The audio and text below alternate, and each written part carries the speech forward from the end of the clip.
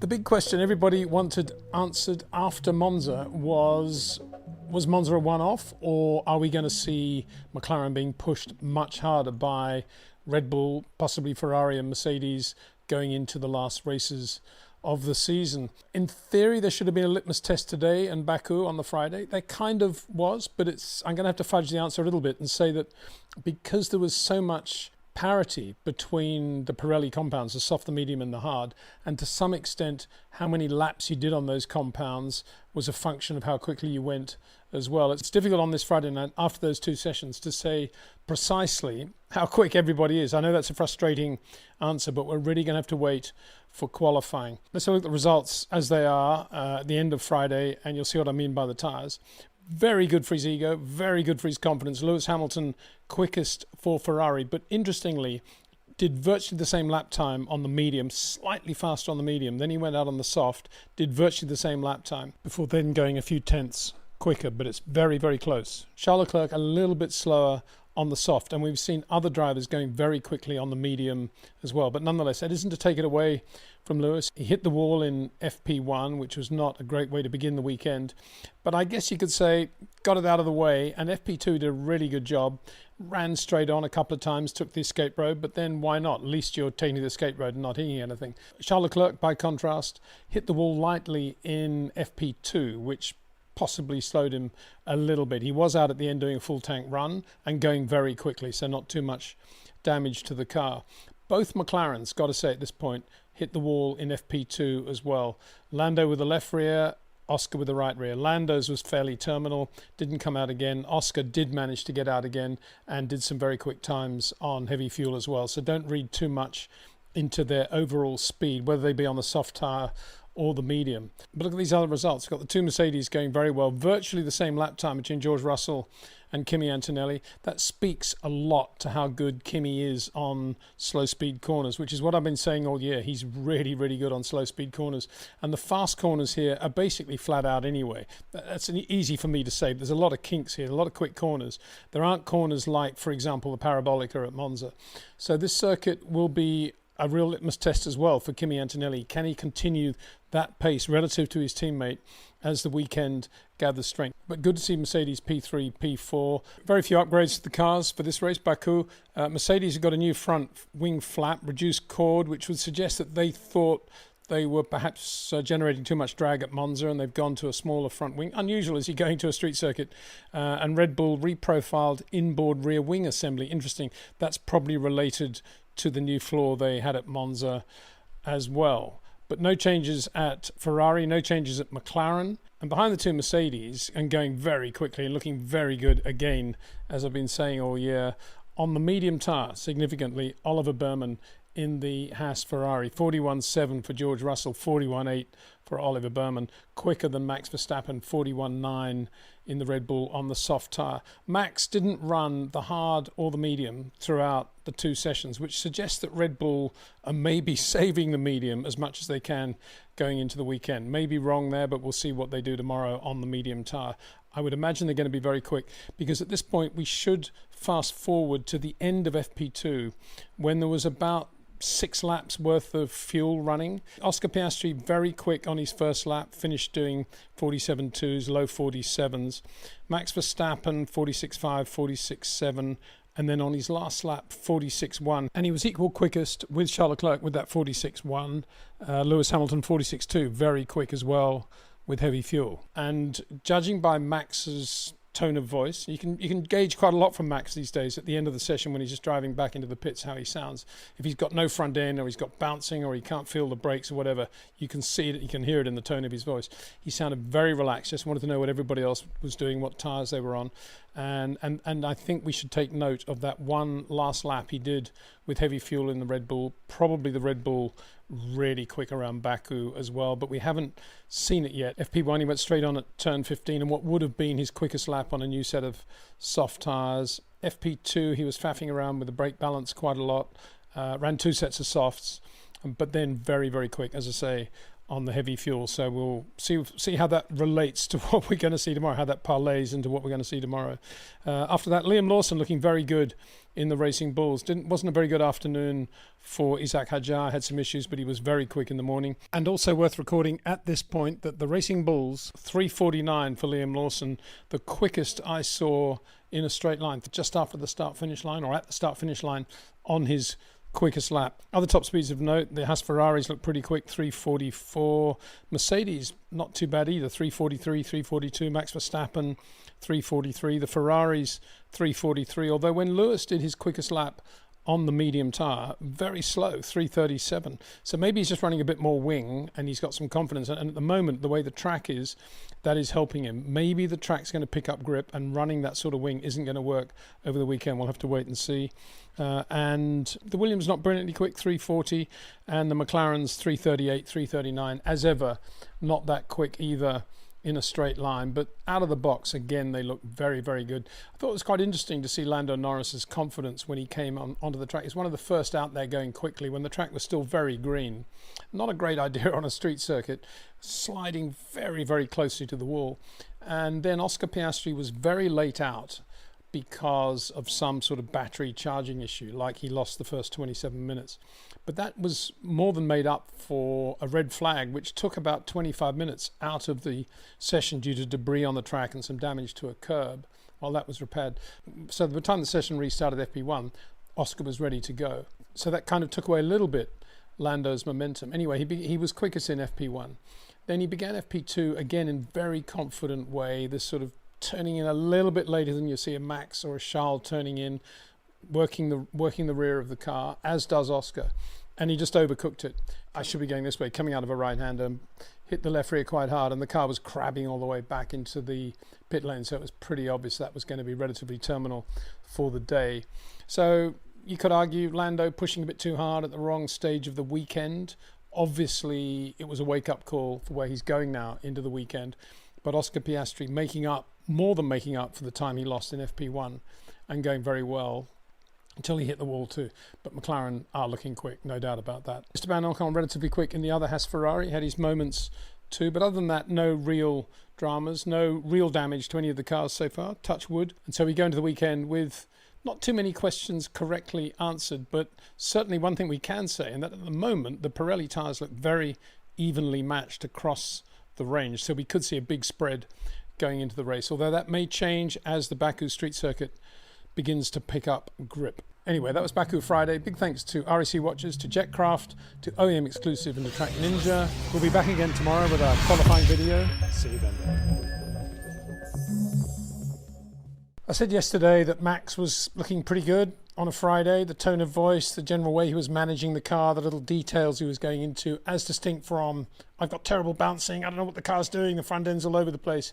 It was all very calm and composed, just as it was indeed on Friday at Monza. And I said, therefore, that I thought he'd go pretty well in qualifying. Of course, what I didn't know then was how the weather would change going into qualifying in Baku. Normally we think of Baku as blue sky, pretty hot, hard race in terms of dehydration, but not today. The wind was the thing in Baku, and then later on some light drizzle as well, which made it very greasy on the curbs and on the white lines. As I always said about Max Verstappen, throw him some variables and he then becomes a different driver again. He goes into another class, another world. He's managing the car well before the rotation point. So when he gets to that moment of the least possible downside, he's basically just turning the steering wheel to make sure he's got the perfect exit. Nothing is relying upon braking as late as possible, getting the apex as late as possible on a conventional line, and then getting the power on as soon as possible. We saw so many drivers today in trouble, partly because Baku is very intolerant of any sort of mistakes. It has walls, it doesn't have runoff areas, which makes it, I think, an intriguing circuit, if not to say a very good circuit as well. And because we're at the softest end of the Pirelli tyre range, an enormous variety in the tyre compounds being used. So many drivers are switching from softs to mediums, used mediums to new mediums, back to new softs, changing the grip perspective all the time. And Alex Albon made the comment after his shunt, which was, you can't really knock a driver for hitting an apex. I mean, it's a Formula Ford, Formula Renault type mistake. But bearing in mind, Ayrton Senna, of course, did that at Monaco famously when he had that 50-second lead over Alain Prost and just hit the apex Armco barrier at Portier. We can no longer say, oh, it's a childlike error. Anyway, that's what Alex Albon did going into turn one. But he did make the point that the grip felt different from one lap to the next. And that, of course, is what Max Verstappen is all about. He's always adjusting his driving from one corner to the next, from one lap to the next. As I've been saying a million times, he's manipulating the car so that he has this capacity to deal with the crosswinds, to deal with the greasy white lines if he has to start avoiding the white lines, for example.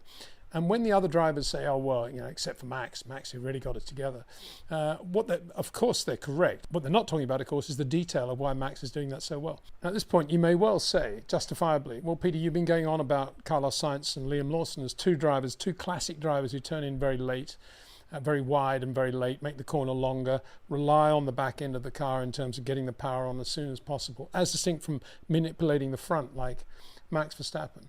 And look where they qualified, second and third in Baku. Well, of course, I've never said those sorts of drivers are slow. All I've said is it leaves very, very little margin for error. And I thought it was interesting that Carlos Sainz was on the pole effectively in Q3 through two red flags. The first when Charles Leclerc went off understeer, track too greasy, I guess, and just straight into the Tech Pro barrier. And then not long afterwards, after the track had been cleared, Oscar Piastri did exactly the same thing in the McLaren. And throughout that, only three drivers had set a time in Q3. One, Carlos Sainz. Two, Liam Lawson. Three, Isaac Hadjar. And Carlos was obviously saying, yeah, let's hope it pours with rain now. Because there was only time for one lap when Q3 eventually restarted after the Oscar Piastri shunt. And it was drizzling slightly. It was greasy, that is for sure. And it was Max who as I said, made the best of it. But interestingly, I thought in that closing phase of Q3, Carlos Sainz was actually 2.5 tenths slower than he had been when the track had more grip right at the beginning of Q3. So he was finding the track much more slippery and probably he's leaving some margin as well. But yeah, I got to say, a great job by Liam Lawson. This is a Liam Lawson that has phenomenal car control, a great feel for the grip. He does have long corners. He does go in much wider than his teammate Isaac Hadjar.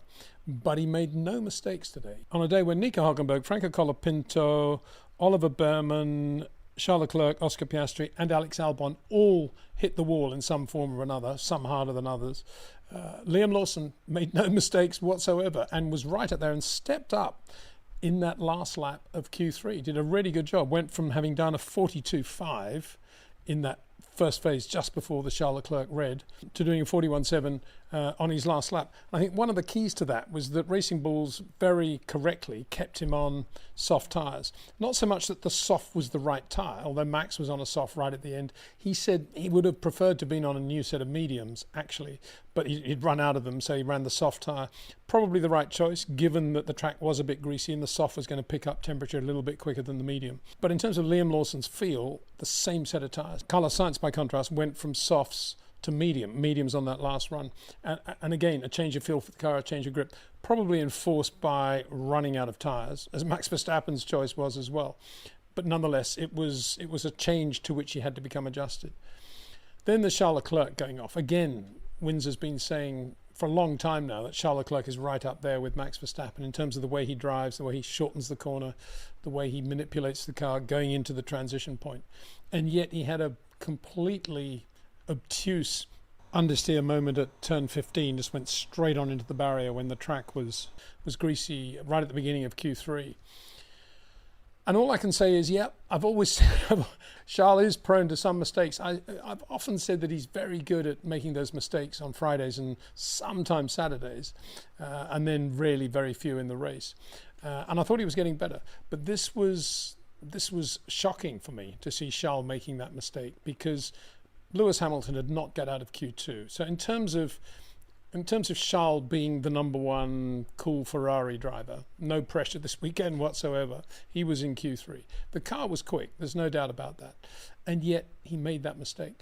I suppose the only thing you can say is that Oscar Piastri made virtually the same mistake, just went in a little bit too quickly for the track surface, maybe brake diffraction later, just understeer straight into the outside barrier. So for me, that was without doubt the most surprising mistake of the many mistakes we saw in qualifying today in Baku. Charles Leclerc hitting the wall like that and damaging the car pretty badly as well before the race, not what you want at all. And now I guess is a good time to talk about Lewis Hamilton, who was quickest yesterday, very good in FP3 as well. He made an interesting comment after Friday practice yesterday, saying that when he went off in FP1, he was kind of getting used to the brakes, which we haven't talked about very much. This is Lewis basically saying that the Brembo pedal feels a bit softer than the carbon industry pedal that he's been used to at McLaren and Mercedes for so long. And I guess that through engine braking, maybe material mods, things like that, they're trying to give Lewis a slightly harder feel to the brakes. Anyway, he liked it in FP2, did a very good job in FP3. But one of the problems was he'd use one set of mediums more than his nearest opposition in doing all of that.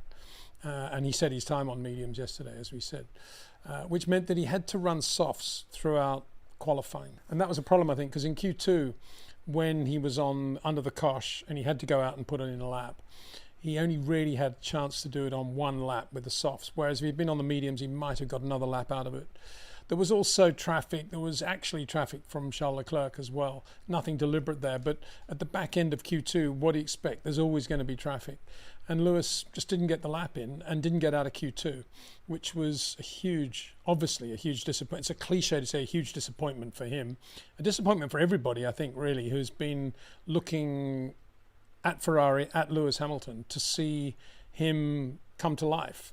We saw a little bit of that at Monza, but here, starting where he's going to be starting in the mid-pack of Baku, it's going to be a very, very difficult race for him. The pace is there. And I think also there's an issue because it wasn't only at the beginning of Q3 that it was starting to rain. Max Verstappen, as he was coming in at the end of his Q2 runs, said, I can feel rain, it's spitting a bit.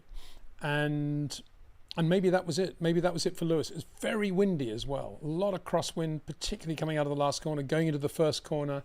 Lance Stroll had a massive moment, just suddenly hit by a crosswind going into turn one. We're talking 20 kilometers an hour, quite fast winds, hard winds, hard blowing winds. And Isaac Hadjar had a big moment in his Q3 lap as well, coming out of the last corner. Maybe wind related, maybe not, clunked the curb quite hard, but it was definitely a factor. And I wonder too whether from Lewis's perspective now, where he is with that car, the sweet spot that he needs, that he wants, it was kind of thrown a bit sideways, literally, with the wind. We saw a few shots of Lewis very sideways at the exit of 16, which Max was never doing, because Max had already done all the hard work, and he was just driving from the rotation point of 16 to the exit, hitting the wall, well, not hitting the wall, missing the wall by about that much.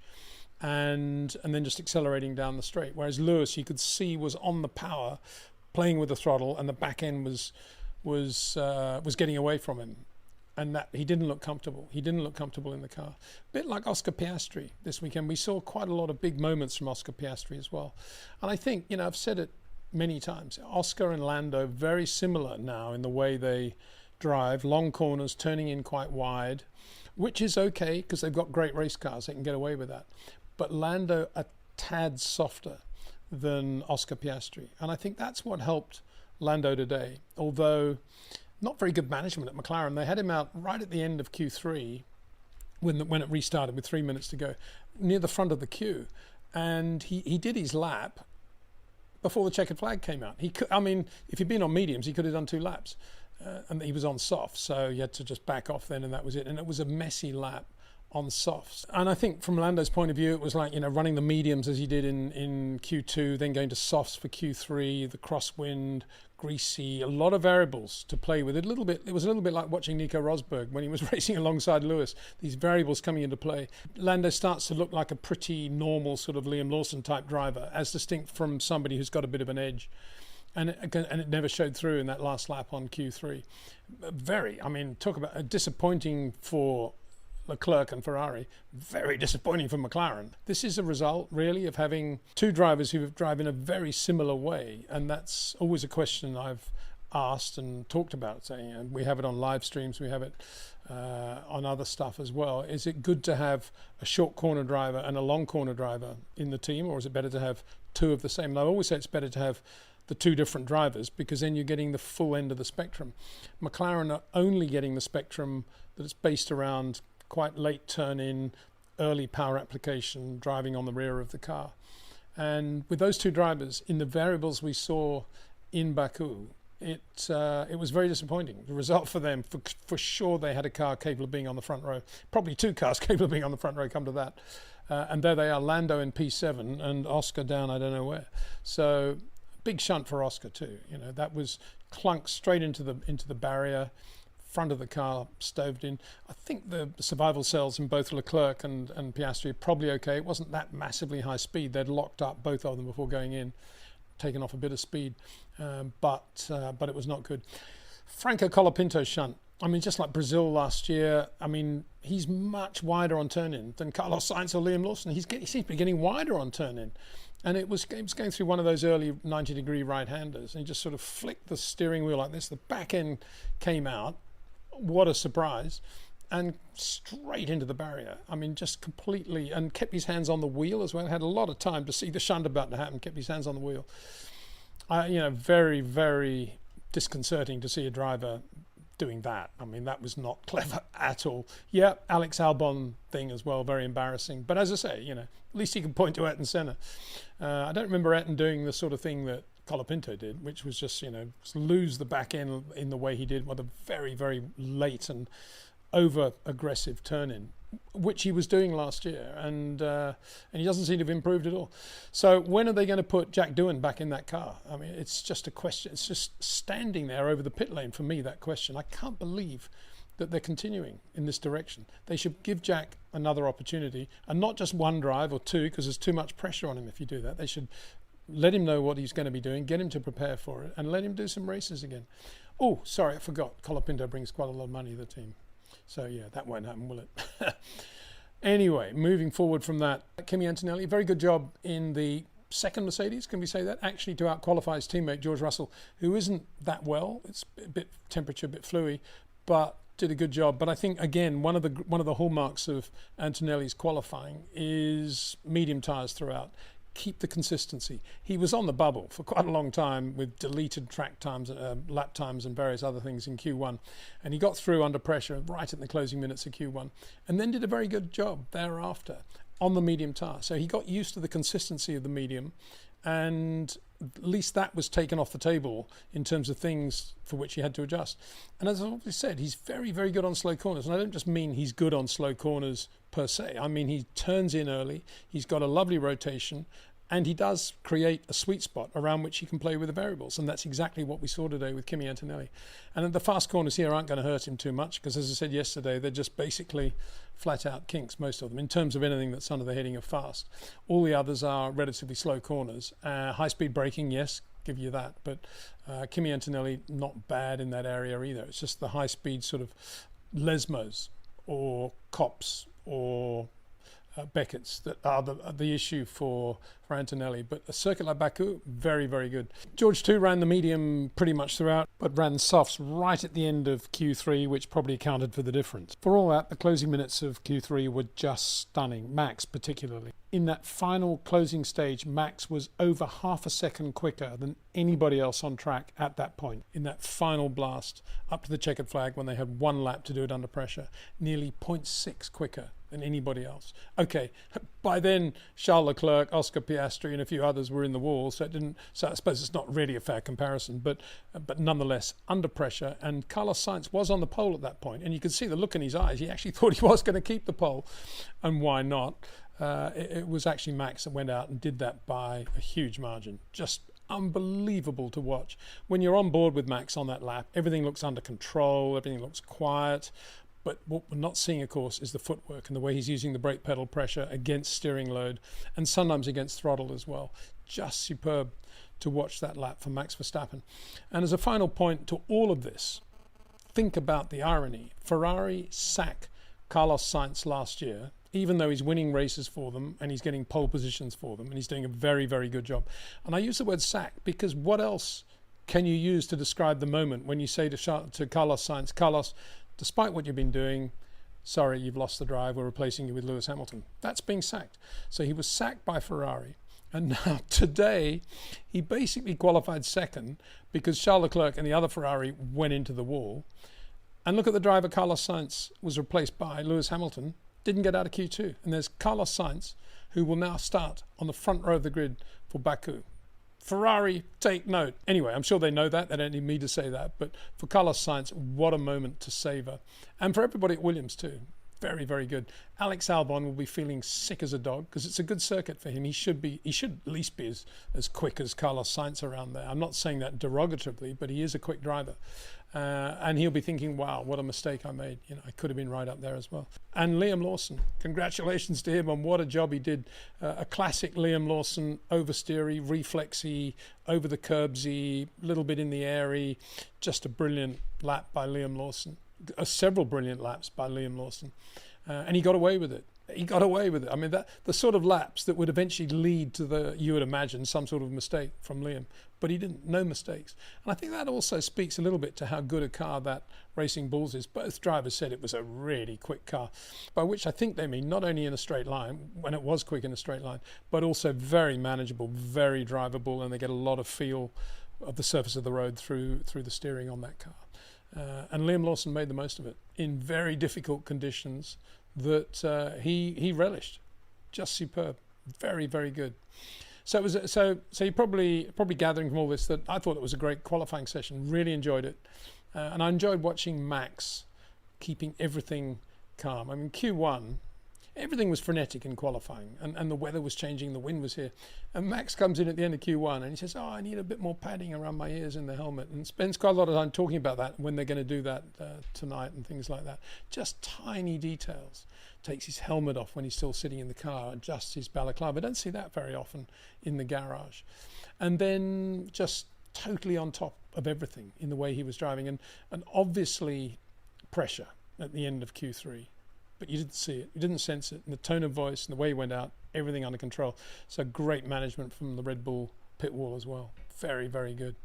Adrian Newey, please advise. No, I shouldn't be saying that, but Aston Martin, were they there today? Fernando looked quite good early on, but then disappeared without trace, and Lance Stroll equal. I mean, what's going on there? Anyway, I suppose next year we'll be saying, wow, Aston Martin, unbelievable, the new McLarens, the new Adrian Newey car. Don't forget that you can place your pre-order of the sensational DNA watch, the Lotus 98T chassis number 4 watch, commemorating Ayrton Senna's second half of his 1986 season.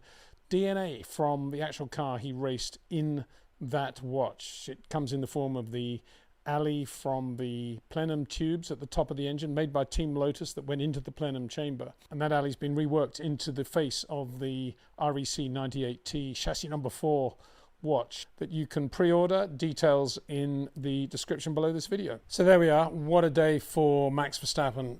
Not only is he on the pole for Baku, on the back of his win and his pole at Monza, but also McLaren starting 7th and 9th with Lando Norris and Oscar Piastri. What a result on a Saturday. Yep, still a long way to go. It's a long race in Baku, but for Max Verstappen, this was more than just his first pole in Baku. This was a pole that even his closest rivals were moved to acclaim. Big thanks to Jetcraft, to OEM Exclusive, to Track Ninja, and of course to REC Watches. See you then.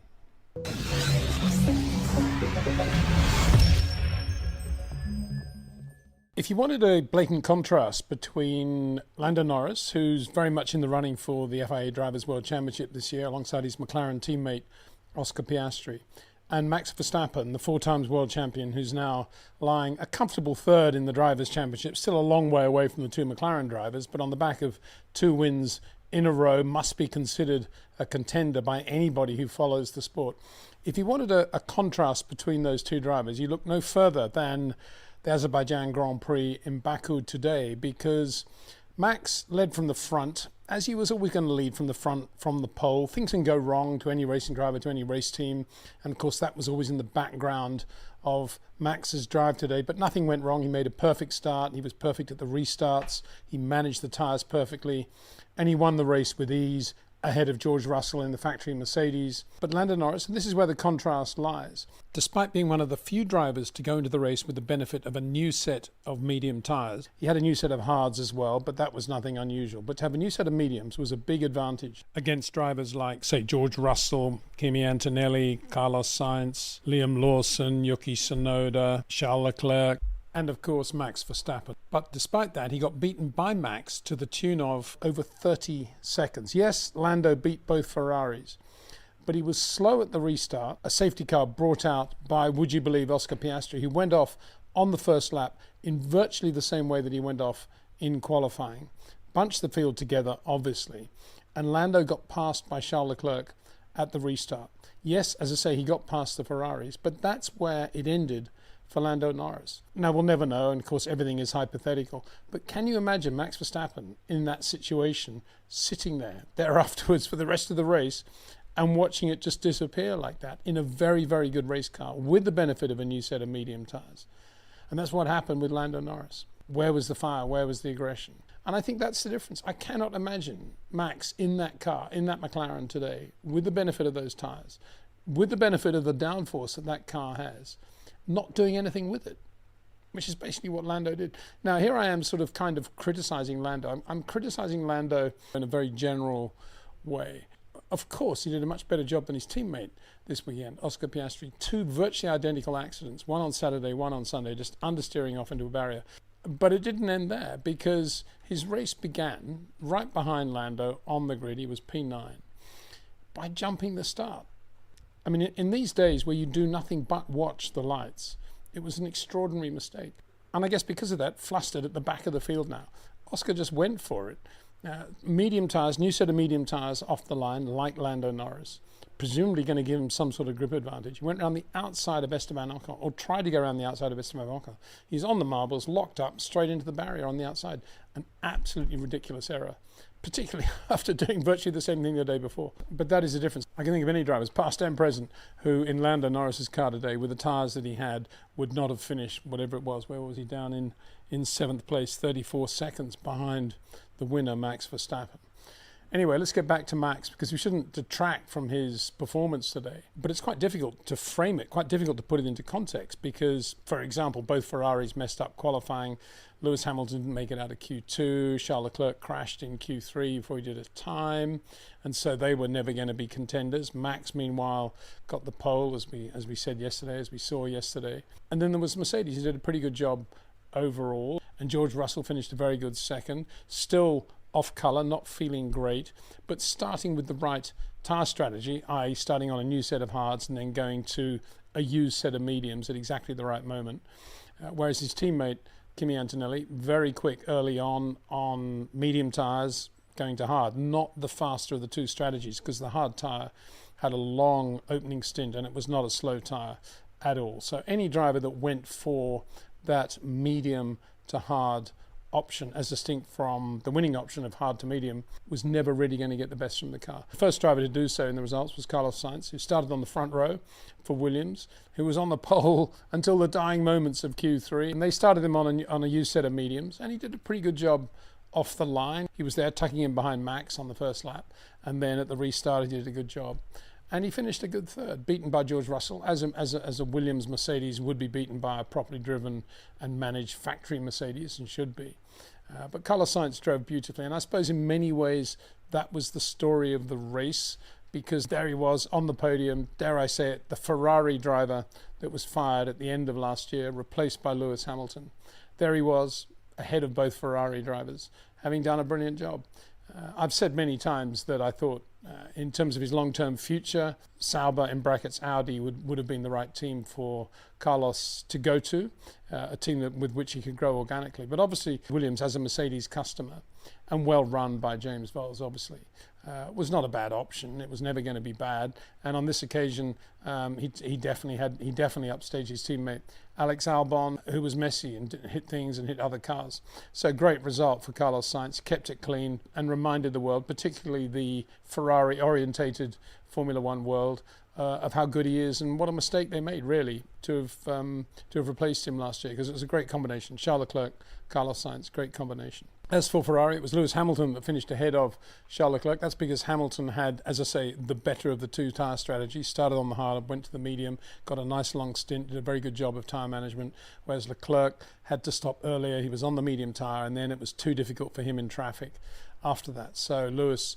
will come out of this weekend thinking, yeah, could have done a lot better, shouldn't have had that shunt in FP1, could have done a much better job in qualifying, but the speed was there in the race, and I finished ahead of Charles Leclerc. So he'll be going to Singapore thinking, yeah, the tide is starting to turn, in the sense of Hamilton is kind of there or thereabouts with Charles Leclerc going into a weekend. We'll see how it progresses as we get to Singapore, when we get to Singapore. Kimi Antonelli did finish fourth on the lesser of the two strategies, but did a good job ahead of Lawson, who also did an extremely good job, kept it on the island and got the points with a very clean race in the Racing Bulls, whereas his teammate Isaac Hadjar on this occasion made more errors and lost a bit of time in traffic, which he was never really able to regain. He finished 10th, the last of the point scorers, but both Racing Bulls in the points again. But Liam Lawson, this was a pivotal moment in terms of his career, also sacked by Red Bull, back in the B team. And here he was doing an extremely good job, beating to the line Yuki Tsunoda, the driver that replaced him and is now at Racing Bull A. Having said all of that, this was by far and away the best weekend yet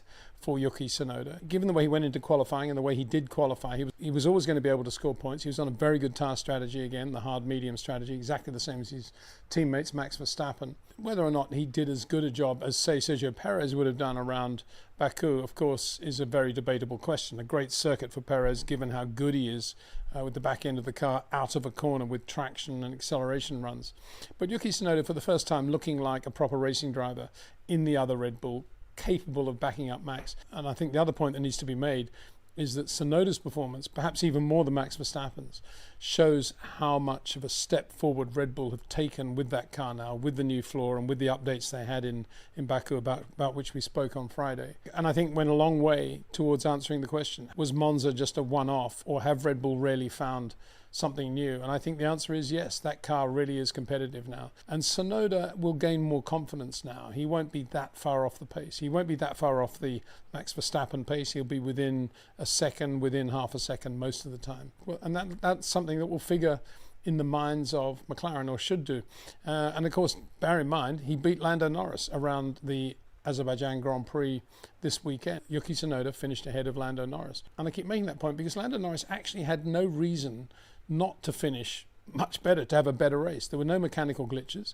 He didn't have any dramas of any type. I suppose the only mistake McLaren made was starting him on the mediums instead of the hard. But I think there's this tendency of, when you are down in the midfield, get on the soft rubber, make a good start, pick up positions off the line. And I think that's probably why they went that route.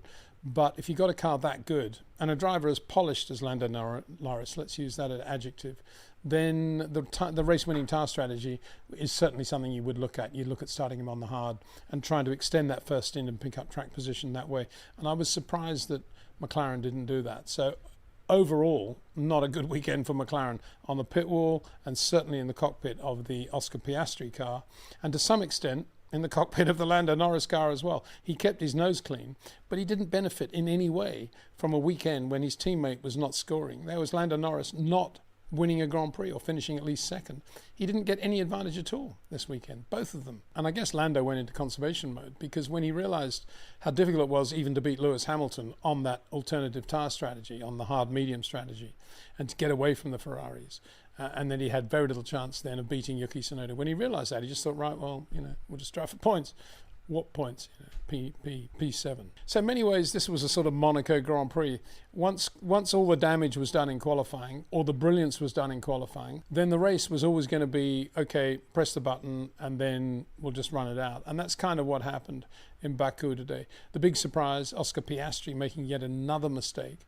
McLaren not doing the job with the other car, with the Lando Norris car, and I include Lando as part of the team there. Ferrari kind of stuck in the midfield where they were, not as a result of a very poor qualifying session. George Russell doing a very good job in the race, showing his class on a day when he wasn't at his best anyway. But above all, Red Bull just showing how good that car is now, and Max Verstappen showing what a racer he is. Come what may, when all the variables were there in qualifying, it was Max that went through and got the pole in the closing milliseconds of Q3. And once he got the pole, bang, the race was his. brilliant to watch, as ever. It won't go down as one of the greatest Grand Prix of all time because of the lack of place changes and because of the straightforward nature of Max's win. But if you want another example of how to manage a race and how to run it well, this was it. Providing, of course, that you also look at the job that Max did in qualifying. We'll be back with some live streams to get your input between now and the Singapore Grand Prix in 2 weeks' time. In the meantime, a big thanks to Jetcraft, to OEM Exclusive, to Track Ninja, to REC Watches, and to you, the viewer, for your support. Take care. See you soon.